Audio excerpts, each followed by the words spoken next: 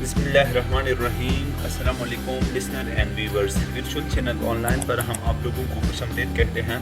आज एक नई लेक्चर के साथ आपकी खिदमत में हाजिर है। आज का जो हमारा टॉपिक है वो होम टैब के अंदर ग्रुप ऑफ टैब में से पैराग्राफ के अंदर डिक्रीज इंक्रीज इंडेंट, और ये हम किस तरह से यूज़ कर सकते हैं। आइए देखते हैं, स्टार्ट करते हैं कि हम इसको किस तरह से अपनी जो हमारा पेज है इस पे हम किस तरह से यूज़ कर सकते हैं। फर्स्ट ऑफ ऑल हमारे पास ये जो पैराग्राफ है इसको हम कंट्रोल C से कॉपी करते हैं। पहले मैंने सेलेक्ट की, इसके बाद मैंने कॉपी की। यहाँ पे मैं एंटर दबा रहा हूँ। यहाँ पे हम फिर दोबारा कंट्रोल V के साथ पेस्ट कर रहा हूँ, और इस तरह से मैंने कई पैराग्राफ बनाए। कंट्रोल V के साथ इसकी कॉपी ली। अब हम आते हैं, फॉर एग्जांपल हमारे पास एक बहुत बड़ी पैराग्राफ है, यानी ये पैराग्राफ अगर हमने अपनी थीसिस लिखे हुए हैं या इस तरह से हमने अपने नोट्स बनाए हैं तो इनके कुछ रूल्स रेगुलेशंस होते हैं। फॉर एग्जांपल जब पैराग्राफ हम लिखते हैं तो इस पैराग्राफ के पहला जो सेंटेंस है और ये पैराग्राफ जब हम लिखते हैं तो हम इस तरह से लिखते हैं। यहाँ पे जब हम टैब दबाते हैं तो पहले कुछ स्पेस छोड़ देते हैं, तो इसके बाद हम अपनी सेंटेंस शुरू करते हैं।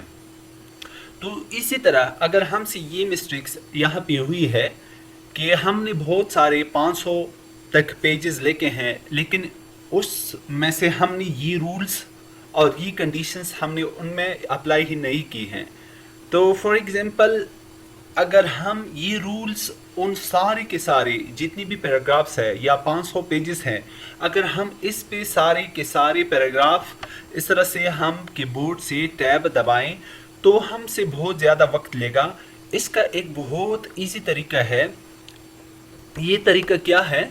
ये तरीका जो हमने यहाँ पे मेंशन की है, डिक्रीज इंक्रीज इंडेंट्स, ये किस तरह से हम अप्लाई कर सकते हैं। ये हमारे सिस्टम में जो भी हमारे पास ये MS वर्ड का शीट है, इस शीट पे जब हम देखते हैं ऊपर हमें रूलर नज़र आती है। इस रूलर में हमारे पास यहाँ पे ये इंडेंट्स कहलाते हैं। इस पे 3 टाइप के इंडेंट्स होते हैं। पहले मैं आपको दिखा दूं, यहाँ पे जब हम अपनी पॉइंटर ओवर करते हैं तो हमारे पास फर्स्ट लाइन इंडेंट, और ये जो हमारे पास है हैंगिंग इंडेंट, ये थर्ड जो है लेफ्ट इंडेंट। ये तीनों इंडेंट्स जो हम अब भी आपको दिखा रहे हैं, तो इसको हम किस तरह से यूज़ कर सकते हैं। तो जिस किसी को इसके बारे में इल्म है तो वो ये इंडेंट्स यूज़ कर रहे हैं। अगर जिस किसी को इसके बारे में इल्म नहीं है तो बड़ी मुश्किल से वो अपने पेज की सेटिंग कर सकता है।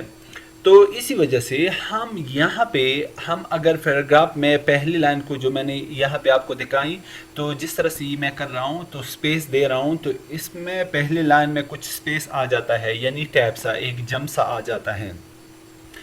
तो अगर हमने सारे 500 पेजेस पे इस तरह से पैराग्राफ में पहला लाइन जो हम इस पे टैब दबाते हैं तो हमसे एक ज़्यादा वक्त लेगा। तो इसका एक इसी तरीका ये है। आइए अब यहाँ पे देखते हैं, हमने पूरी की पूरी जितनी भी शीट्स और पैराग्राफ्स शीट में हमारे पास पैराग्राफ है, ये पैराग्राफ हमने सेलेक्ट करने होंगे। जब हम सेलेक्ट करेंगे तो सेलेक्ट करने के बाद यहाँ पे हम रूलर पे आते हैं।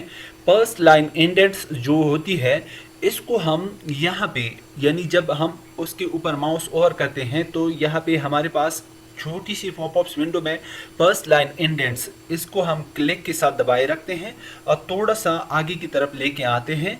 जिस हद तक आपने लेके आना है तो उस हद तक आप ले आइए। जब हम यहाँ पे उनको ले आते हैं तो यहाँ पे हम उसको अपनी माउस छोड़ देते हैं। तो इसी तरह से आपने देखा कि इसी तरीके से हमने जो फर्स्ट लाइन इंडेंट्स थी वो बहुत आसानी के साथ हमने अपने सारे पैराग्राफ मेंटेन कर लिए। तो ये बहुत इजी तरीका है, आप इसको फॉलो कीजिए तो आपको अपनी डॉक्यूमेंट सेटिंग में कुछ मुश्किल नहीं आएगी।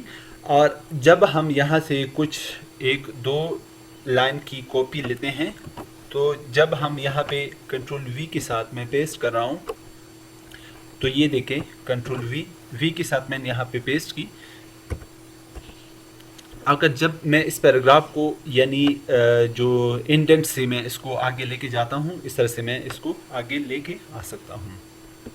और हमारे पास ये दूसरा है, जब हम आते हैं हैंगिंग इंडेंट। हैंगिंग इंडेंट में क्या होता है, जब आप किसी पैराग्राफ पे खड़े हैं या आपने सारे के सारे पैराग्राफ सेलेक्ट रखे हैं, जिस तरह से मैं आपके सामने सेलेक्ट कर रहा हूँ, ये मैंने आपके सामने ये सारे पैराग्राफ सेलेक्ट कर लिए।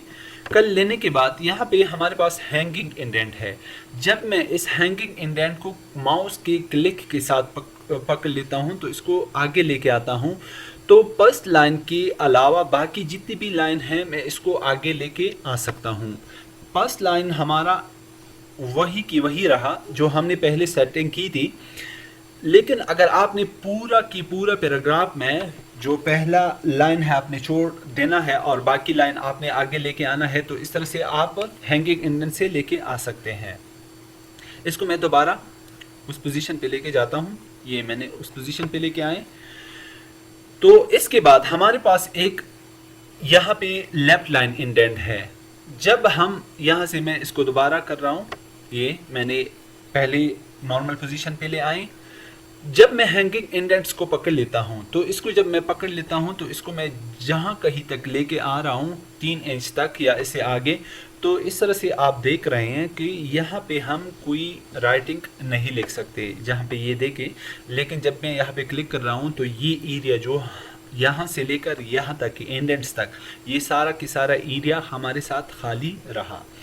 जब आपके साथ ये बात भी आप जहन में रखें कि जब भी आप एक पैराग्राफ को या इस तरह से कई एक पैराग्राफ को आप सेलेक्ट कर रहे हैं, तो सिलेक्शन के बाद आपने ये इंडेंट्स अप्लाई की है, तो उसके बाद आप यहाँ पे नहीं लिख सकते। यहाँ पे हमारी ये वीडियो इख्तिताम पजीर होती है।